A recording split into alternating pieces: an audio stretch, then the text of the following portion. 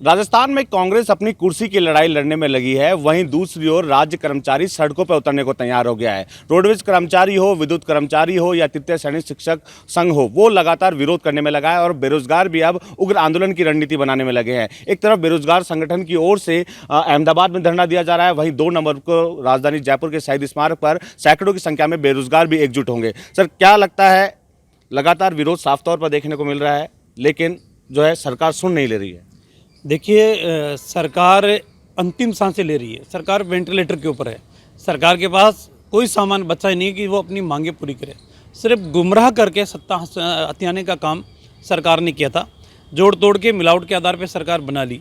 लेकिन अब जो 4 साल इंतज़ार कर चुके, आश्वासन दे चुके, कमेटियां बना चुके, बी.डी. कल्ला जी की अध्यक्षता के अंदर संविदा कर्मियों की कमेटी बनाई, ढाक के 4 पात करने का काम किया।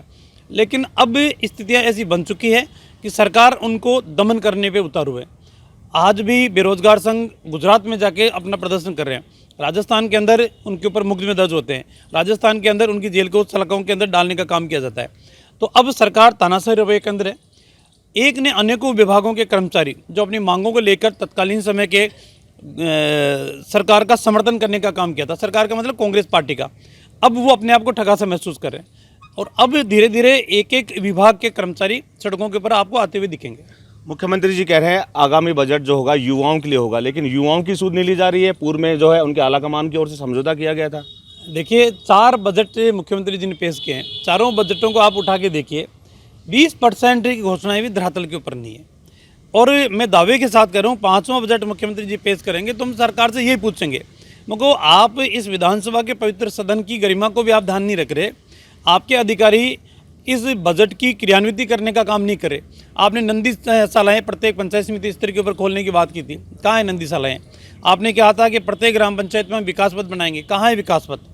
आपने कहा था कि हम बेरोजगारों को रोजगार उपलब्ध कराने का काम करेंगे, कहाँ रोजगार उपलब्ध करा रहे हो? सब आंदोलन कर रहे हैं। आपने कहा था कि हम ईमानदारी से सरकारी भर्तियाँ करेंगे, हर एग्जाम का पेपर लीक हो रहा है।